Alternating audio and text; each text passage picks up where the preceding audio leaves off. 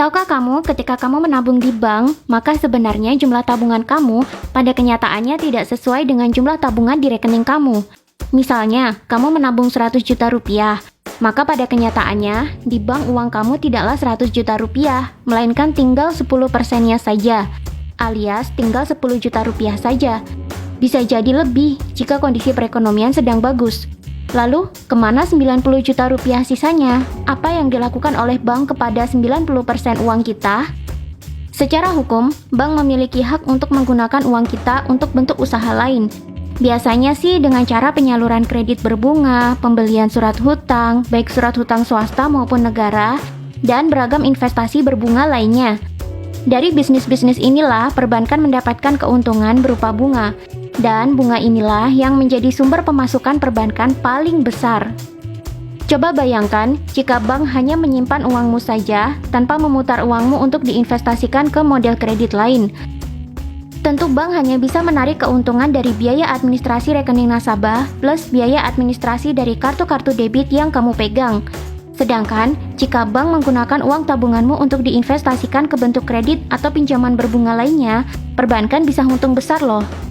Misalnya jika ada seorang nasabah yang menabung di bank sejumlah 100 juta rupiah. Jika uang 100 juta rupiah ini didiamkan, bank hanya bisa mendapatkan keuntungan dari biaya administrasi rekening dan kartu yang berkisar 13-15 ribu rupiah per bulan. Jadi, setahun bank cuma untung 150-180 ribu rupiah saja. Jumlah ini tentunya tidak cukup untuk membayar gaji karyawan, sewa kantor, dan membayar teknisi dan biaya teknologi yang mereka pakai untuk sistem perbankan. Berbeda jika tabungan dari 100 juta rupiah, dari satu nasabah ini, bank mengambil 90 juta rupiah sisanya untuk diinvestasikan kepada pinjaman berbunga lainnya. Misalnya ada orang A, B, C, dan D yang mendatangi bank untuk keperluan pinjaman atau kredit. Orang A memerlukan kredit untuk pendanaan usaha warung bakso dia dengan jumlah pinjaman 30 juta rupiah. Bank memberikan bunga 15% per tahun, dan si A mencicil pengembalian pokok pinjaman selama 3 tahun. Berarti dalam setahun dia harus mencicil 10 juta rupiah selama 3 tahun hingga pinjamannya lunas. Sedangkan orang B, C, dan D mengajukan kredit juga kepada bank. Namun ini untuk kepentingan renovasi rumah, biaya tambahan pernikahan, dan pinjaman biaya pendidikan. Bank pun memberikan pinjaman dengan bunga 20% per tahun. Masing-masing orang meminjam 20 juta rupiah dan mencicil pengembalian pokok pinjaman selama 2 tahun. Berarti setiap tahun masing-masing orang mencicil 10 juta rupiah hingga pinjamannya lunas. Dari sini, bank sudah mendapatkan banyak keuntungan. Dari si A saja, bank bisa mendapatkan keuntungan hingga 1,5 juta rupiah per tahun. Dari mana keuntungan 1,5 juta rupiah per tahun ini? Ya tinggal kalikan saja cicilan pokok pinjaman dalam setahun dengan 15%. Jadi, 15% kali 10 juta rupiah sama dengan 1,5 juta rupiah. Jika si A mencicil selama 3 tahun, maka total keuntungannya tinggal dikalikan 3 saja. Jadi, 1,5 juta rupiah kalikan 3 tahun sama dengan 4,5 juta rupiah. Nah, bagaimana dengan si B, C, dan D? Dengan bunga 20% per tahun, bank bisa mendapatkan keuntungan 2 juta rupiah setiap tahunnya dari satu orang peminjam saja. Tinggal kalikan saja 20% dengan jumlah cicilan pengembalian pinjaman dalam setahun atau 10 juta rupiah tadi. Maka 10 juta rupiah kali 20% sama dengan 2 juta rupiah per tahun. Jika masing-masing dari B, C, dan D mencicil selama 2 tahun, maka total keuntungan yang diperoleh bank adalah 2 tahun kali 2 juta rupiah sama dengan 4 juta rupiah dari masing-masing orang. Total keuntungan yang diperoleh bank dari pinjaman B, C, dan D adalah 3 kali 4 juta rupiah sama dengan 12 juta rupiah.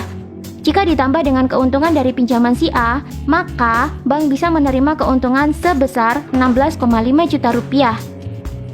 Ini baru dari satu orang nasabah yang uangnya diputar kembali oleh bank. Padahal satu bank saja bisa memiliki ribuan nasabah loh.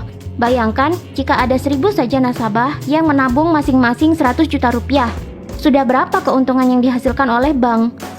Lalu, bagaimana jika si A, si B, si C, dan si D ada yang gagal bayar? Misalnya si A tiba-tiba warungnya kebakaran sehingga usahanya terpaksa tutup dan dia tidak memiliki uang lagi untuk melunasi pinjaman di bank. Bank tidak perlu khawatir, karena saat di awal bank memberikan pinjaman kepada si A telah memberikan jaminan atau kolateral berupa properti atau barang yang nilainya lebih tinggi dari nilai pinjamannya. Jika pinjamannya hanya berkisar 20-100 juta rupiah, biasanya cukup pakai BPKB mobil untuk jaminan di bank. Dan itulah yang dilakukan oleh si A, menyerahkan BPKB mobilnya kepada bank sebagai jaminan. Ketika si A gagal bayar, apapun alasannya, walaupun terkena bencana alam sekalipun, bank akan menyita mobil si A, kemudian melalangnya kembali ke pasaran. Bank mendapatkan keuntungan dari hasil penjualan mobil si A yang dipakai untuk melunasi hutang-hutang si A di bank. Tak peduli akhirnya si A harus kehilangan mobil kesayangannya, cara ini legal dilakukan oleh perbankan. Bank kaya dari bisnis riba, dan bisnis riba semacam ini sudah ada sejak zaman dahulu kala, bahkan sejak zaman peradaban Romawi kuno. Julius Caesar yang menjabat sebagai pemimpin Romawi kuno di tahun 48 sebelum Masehi pernah berusaha menghentikan praktek riba dari orang-orang ini. Julius Caesar menganggap praktek peminjaman uang berbunga hanya menyusahkan rakyat dan menguntungkan segelintir elit orang saja. Dan dia mencoba menerbitkan mata uang baru yang jumlahnya sesuai dengan volume perdagangan di negerinya sendiri tanpa riba. Maksud hati Julius Caesar adalah menyelamatkan rakyatnya dari sistem pinjaman uang yang korup dan penuh riba. Dengan uang yang diterbitkan oleh Julius Caesar sendiri, ia memimpin banyak proyek pembangunan dan produksi yang menguntungkan rakyat. Tapi apa yang dilakukan Julius Caesar, tentu saja itu membuat para moneylender, sebutan bagi para peminjam uang saat itu, membencinya karena menimbulkan kerugian bagi mereka. Beberapa tahun kemudian, sekelompok pejabat bersekongkol untuk membunuhnya. Setelah kepergian Julius Caesar, Romawi kembali ke dalam sistem keuangan yang penuh korupsi. Suplai uang juga berkurang, rakyat mulai kesulitan dan kehilangan tanahnya. Tapi para moneylender untung besar. Tidak hanya Julius Caesar, puluhan tahun berikutnya di Timur Tengah, Nabi Isa Al-Masih juga pernah mengusir dan menghentikan aktivitas perdagangan para pedagang uang di Bait Allah. Para pedagang uang ini mewajibkan setiap peziarah Bait Allah untuk menukarkan uang mereka dengan koin khusus buatan para pedagang uang dengan harga yang sangat tinggi. Sehingga banyak peziarah yang tertipu dengan skema bisnis semacam ini. Nabi Isa yang mengetahuinya berusaha membubarkan lapak-lapak pedagang uang di Bait Allah, berikut lapak-lapak penjual hewan persembahan di sekitar Bait Allah yang dijual dengan harga yang sangat tinggi sehingga mencekik para peziarah. Pembubaran dan kemarahan Nabi Isa Al-Masih ini terjadi di tahun 30 Masehi, dan 3 tahun kemudian Nabi Isa Al-Masih kembali membubarkan para pedagang uang di Bait Allah. Namun beberapa hari kemudian dia disalib. Selain kedua tokoh di atas, banyak tokoh-tokoh lain yang mencoba berusaha menghapuskan sistem perbankan dan suplai uang yang riba, menjadi sistem penerbitan mata uang oleh pemerintah berbasis volume perdagangan dan proyek produktif dalam negeri. Tapi seringkali dari mereka berakhir tragis dan terbunuh. Abraham Lincoln pada tahun 1862 menjabat sebagai Presiden Amerika Serikat. Dan ia mengeluarkan mata uang sendiri tanpa melalui bank sentral dan membebaskan pengenaan riba atas bunga dari uang ini.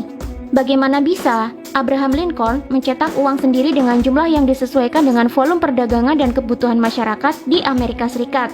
Sehingga rakyat tidak perlu melakukan kredit atau meminjam sejumlah uang yang nantinya akan dikenai bunga kepada bank. Uang kembali kepada hakikat dasarnya sebagai media tukar-menukar barang, bukan sebagai media pengeruk keuntungan bagi segelintir elit bankir.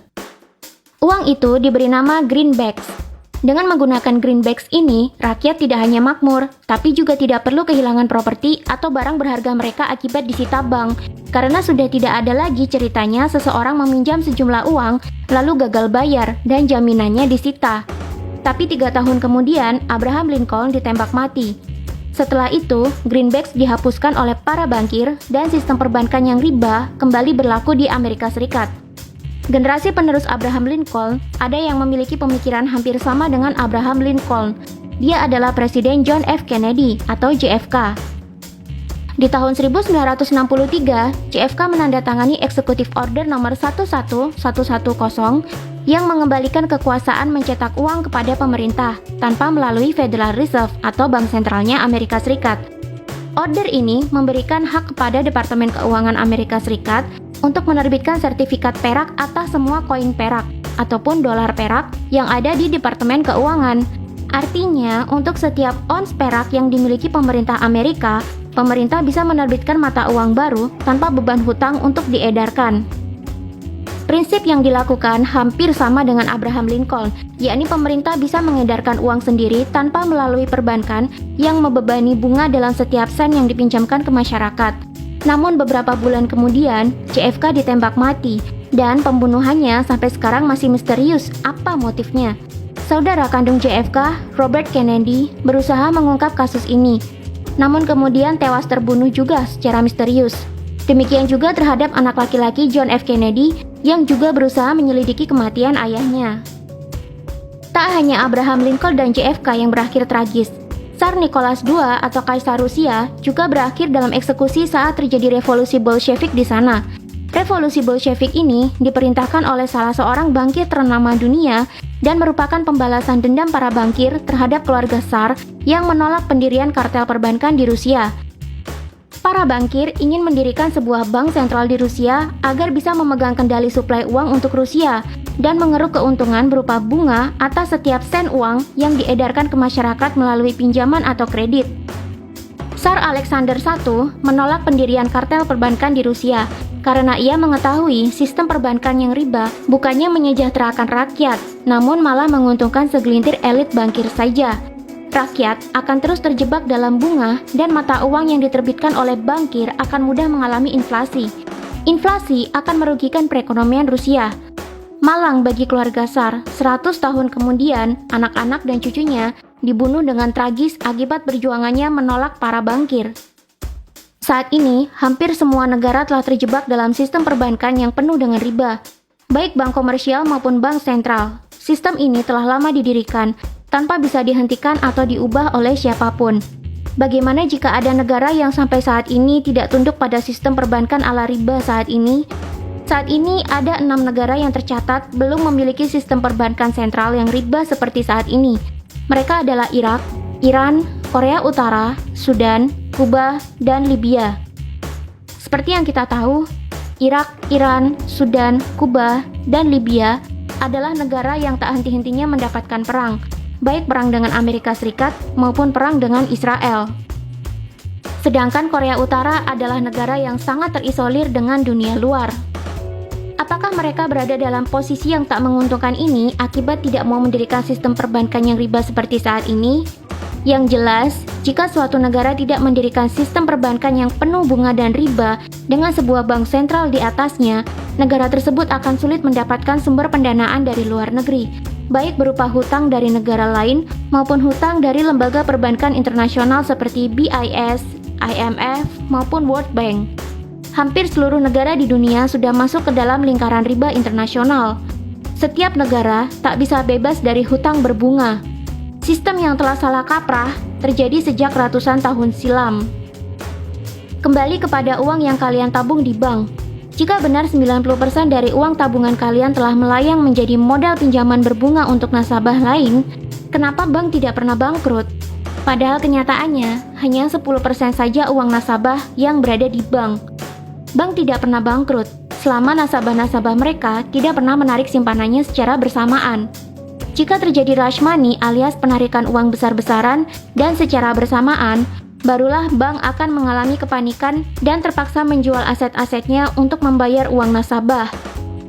Hal ini pernah terjadi pada krisis ekonomi tahun 97-98. Jatuhnya mata uang rupiah terhadap dolar yang sangat signifikan membuat kepercayaan masyarakat kepada perbankan hilang. Rakyat berbondong-bondong menarik simpanannya dari bank. Jika hampir semua rakyat menarik uang dari bank, dari mana bank akan membayar uang tersebut kepada nasabah?